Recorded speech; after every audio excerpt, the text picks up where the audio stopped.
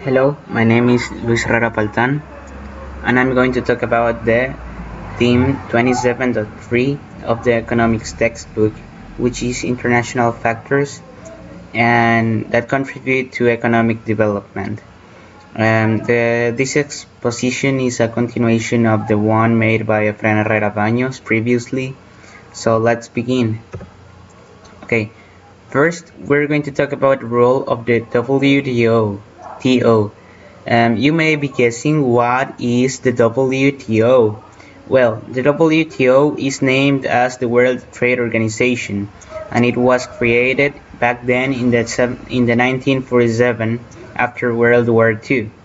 Okay, and the main role of the World Trade Organization is to create a healthy and fair environment for nations to trade. What do I mean with this? The World Trade Organization focuses mainly on creating some rules and modifying them constantly in order for every different country, no matter if it is a first world country or a third world country which is not developed. The main goal of this organization is to make every different country able to trade at fair opportunities. Okay, so this mainly has to put regulations on the governments of all the countries that are members of these or that adjust to these rules. Okay.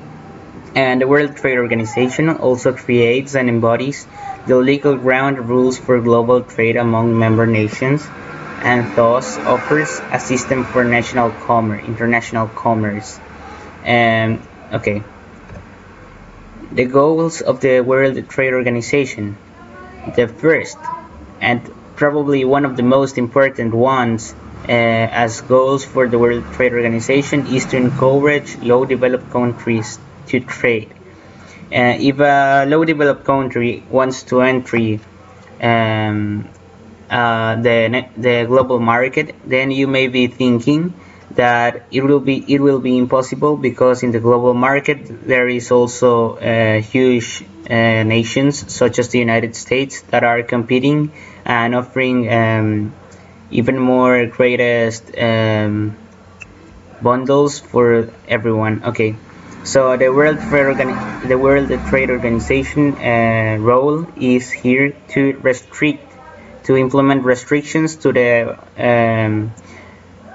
producers of the United States in order to let the new country enter the global market and access to some different opportunities in the trade.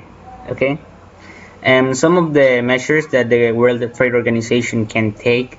One of them is cutting high protectionist agricultural subsidies in developed countries. By taking the subsidies away from farmers in developed countries, they are forcing the government of that country to accept or buy foreign goods, and mainly agricultural products, which is how low developed countries tend to expand their economy. Okay. Okay, another restriction that they can implement is that they can control the restrictions of poor countries when trading. Do you have an opportunity to compete on the global market? This is mainly the thing that I just previously said. Okay, one example of how the World Trade Organization can take a role on the global market is, for example, if the United States lowered the subsidies to their fruit producers. If this happens, then foreign goods are able to compete at a much higher level with other countries. For example, the Ecuadorian bananas can increase their sales in the global market due to the increase in price of the United States good. And this measure tries to create some egalitarian opportunities for every different countries in the market. Okay, as I said previously. Another theme that I'm going to talk about is bilateral and regional trading blocks. Okay, and in this, creating regional trading blocks is creating a group of countries or members or member countries that agree to introduce trade liberalization locally. If some low-developed countries cannot enter the global market due to the huge competitors such as the United States and other many different countries, then they maybe want to create a trading bloc, such as the South American nations created the UNASUR, in which they agreed to trade locally with so much many less restrictions in order to promote the internal commerce across the South American continent. This implements preferential trade for neighbor countries. It means that if we are going to trade with anybody, then we maybe want to give some kind of preference to the partners that are with us in the trading bloc. Okay, this allows mainly low-developed countries to emerge. Okay, and trading blocks and regional trading blocks is used also as a measure when the low-developed countries aren't ready to enter the global market. So if they don't want to get stumped by the huge high developed countries, then they maybe want to trade with other countries that have the same opportunity as them and try to merge and try to improve their economic situation along with the other countries around them. Okay, and another reason why they create regional trading blocks is to avoid protectionist measures of developed countries by creating trading markets with neighbor ones. Okay.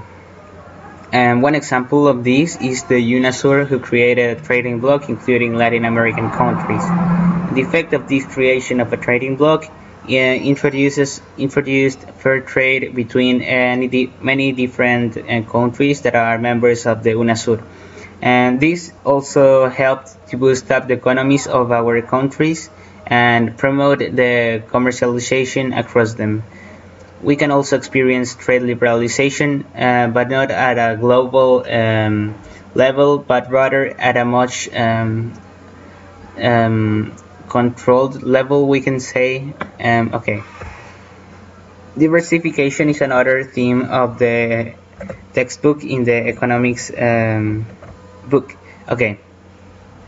Diversification can be explained with this phrase: don't put all your eggs in one basket, which is at first glance some kind of confusing for everyone. And okay, if you don't understand it, don't worry, I'll break it down for you. Okay, what do we mean by diversification and the phrase "don't put all your eggs in one basket"? The portfolio of non-correlated marketable securities. This is suggested by diversification. It means that we don't have to put all our energies or budget on one specific account or investment. You understand? Like, don't bet all your money to one single opportunity. Okay, and they have to counterbalance one another. One great example for explaining diversification is in business. In business, it means different products. If we have a budget yearly in one business and we produce two different products, the first is an action figure that its sales are surprisingly good this month. However, we decide not to invest all the money on that product and invest some part of it on another product that we produce, which is beach balls. So if the demand for the action figure drops down and maybe the beach ball demand grows, then the budget that we have invested on the action figure will not be missed at all, because it will be compensated in some way by the amount of money that we have invested on the beach ball. Okay. One example of how governments can implement diversification is, for example, the Ecuadorian government. It increased the subsidies on Ecuadorian hats. Okay, and Ecuador also has invested a ton of money on high-level education for their citizens. Okay, so if there is a decrease in the demand of Ecuadorian hats on the global market, then as an effect, we can say that there will be less income from exports. However, um, not all our not all of our budget was on this product, because the Ecuadorian government also invested on education. If we invested also in education, then in the long run we can say that this will increase foreign investment on our country, as the other citizens of other countries may see our people as more educated ones, and which many that and as people who have a lot of potential to create business on.